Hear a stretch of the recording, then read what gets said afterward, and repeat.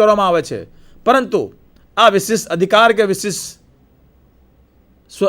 ફરજ કે અધિકાર કે ફરજનું સ્વરૂપ કેવું હોવું જોઈએ,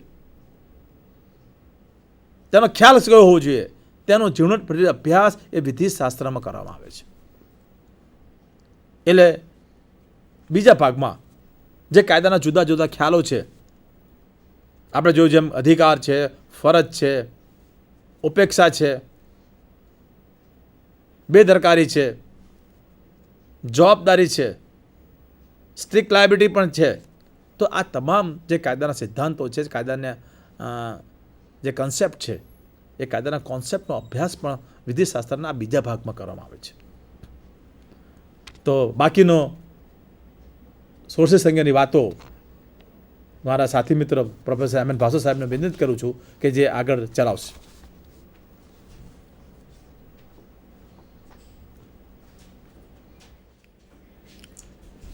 બોલો સાહેબ.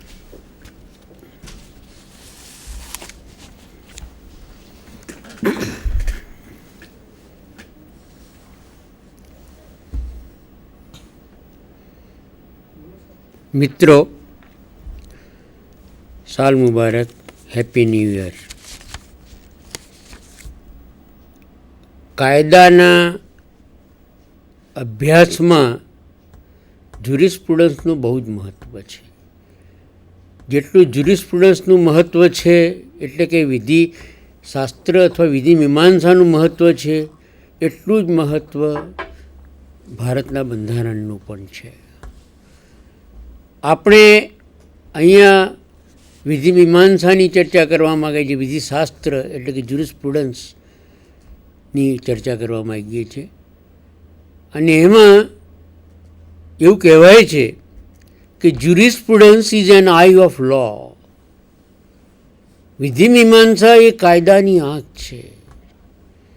તમારે જો કાયદો સમજવો હોય તો વિધિશાસ્ત્ર સમજવું પડે. એટલા માટે આપણે વિધિશાસ્ત્રનો અભ્યાસ કરીએ છીએ. કાયદાનું અર્થઘટન કરવા માટે વિધિ મીમાંસાનો ઉપયોગ ઘણો કરવામાં આવે છે. હવે આપણે જો સામાન્ય રીતે જોઈએ તો આ વિધિ મીમાંસા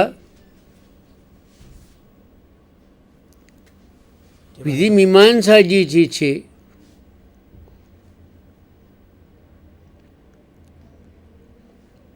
વિધિ મીમાંસા જે છે એને 3 ભાગમાં વહેંચવામાં આવે છે. પહેલો જે ભાગ જે છે એને કોન્સેપ્ટ ઓફ લો, કાયદાનો ખ્યાલ અથવા કાયદાની વિભાવના એવું કહેવામાં આવે છે.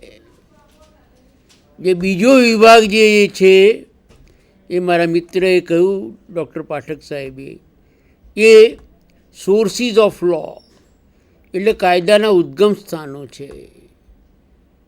અને જે ત્રીજો વિભાગ જે છે એ કાયદાના ખ્યાલો, કોન્સેપ્ટ્સ ઓફ લો એમ કહેવામાં આવે છે. એટલે આ આખું જ્યુરિસ્પ્રુડન્સ 3 ભાગમાં વહેંચાયેલું છે એમ આપણે કહી શકીએ.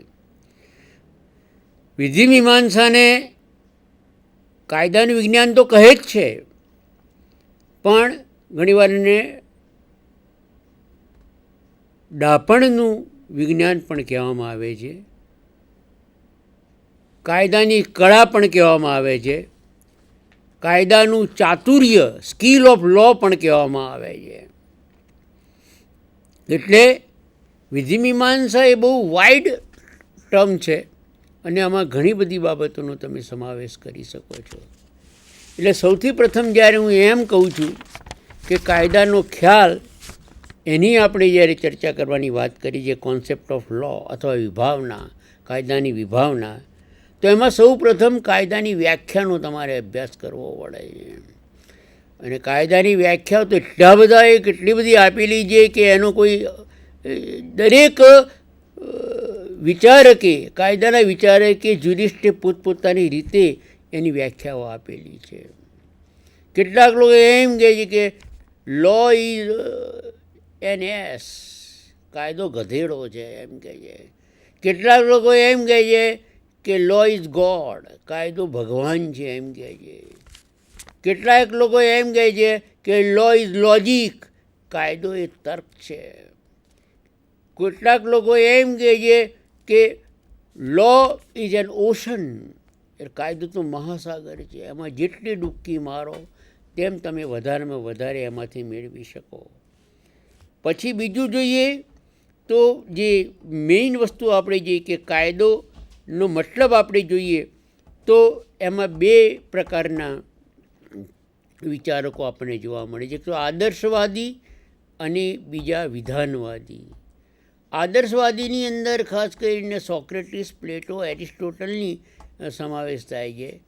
અને જે વિધાનવાદીઓ છે એમાં બેન્થમ અને ઓસ્ટિનની વધારે, પછી બીજા ઘણા બધા વિચારકો છે, પણ આ બે મેઇન ગણાય છે.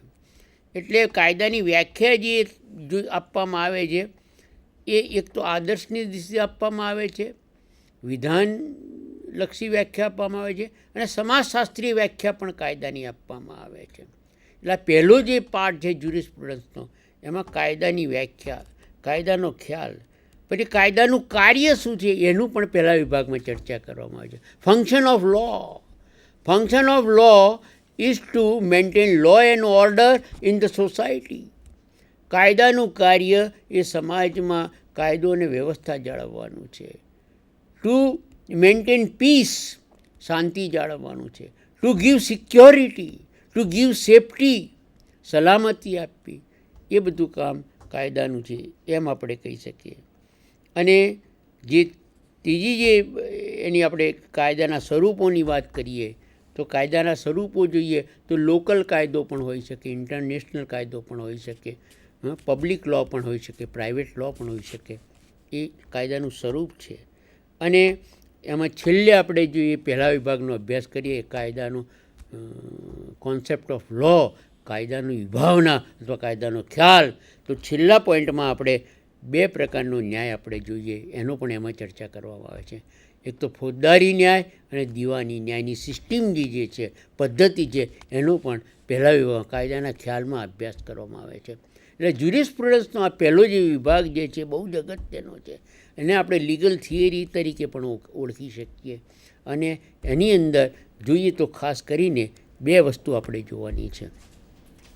આપણે સામાન્ય દાખલો હું તમને આપું કે આપણે ઘરની અંદર એમ કહીએ કે ભાઈ માતા પિતા કેવા હોવા જોઈએ અથવા પતિ કેવો હોવો જોઈએ, અને બીજું એમ કે માતા પિતા કેવા છે, પતિ કેવો છે.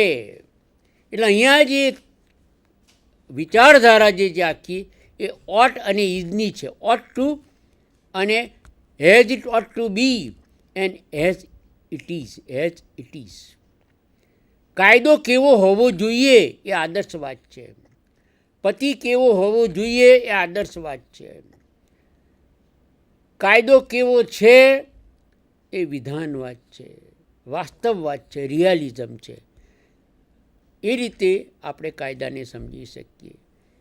એટલે આદર્શવાદીઓ અને વિધાનવાદીઓ અને સમાજશાસ્ત્રીયવાદીઓને એમ કહ્યું છે કાયદો કેવી રીતે કામ કરે છે સમાજ, how law operates in the social system. સામાજિક પદ્ધતિમાં કાયદો કેવી રીતે કામ કરે છે એનું વાસ્તવવાદીઓ એની ચર્ચા કરી, સમાજશાસ્ત્રવાદી. અને એમાં મેઇન રોસ્કો પાઉન્ડ છે. અને રોસ્કો પાઉન્ડ એમ કહે છે કે lawmen are social engineers અને their function is that of social engineering. કાયદાના જે માણસો જે છે એ બધા સોશિયલ એન્જિનિયર છે અને એમનું કામ સોશિયલ એન્જિનિયરિંગનું છે.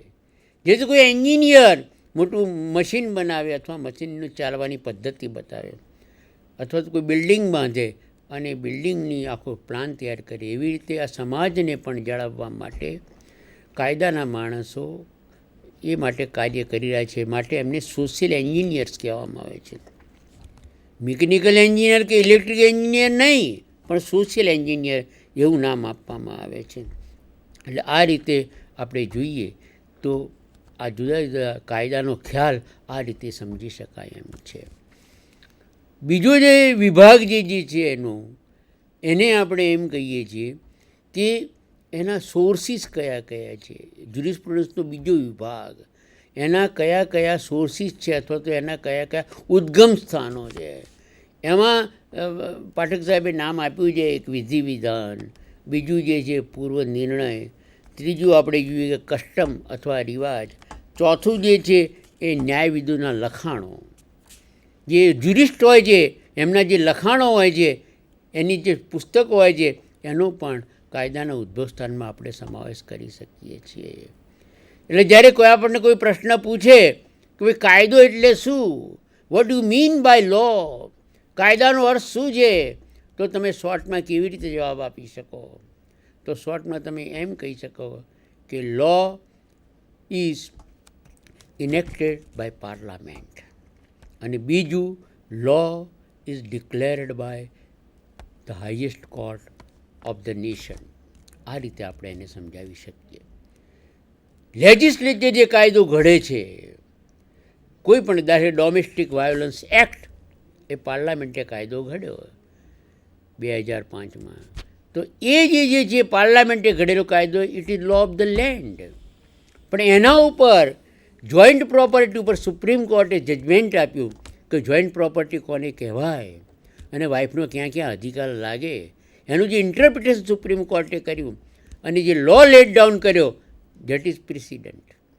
એટલે પાર્લામેન્ટનું કામ કાયદા ઘડવાનું છે અને સુપ્રીમ કોર્ટ અથવા તો ન્યાયતંત્રનું કામ એનું અર્થઘટન કરવાનું છે. અને એ રીતે જોઈન્ટ પ્રોપર્ટી, જો જોઈન્ટ પ્રોપર્ટીમાં માતા પિતાના નામે હોય અથવા સાસુ સસરાના નામે હોય તો પત્નીનો એમાં કોઈ રાઇટ લાગતો નથી, એવું સુપ્રીમ કોર્ટે જજમેન્ટ આપ્યું અને જોઈન્ટ પ્રોપર્ટીનું અર્થઘટન કર્યું.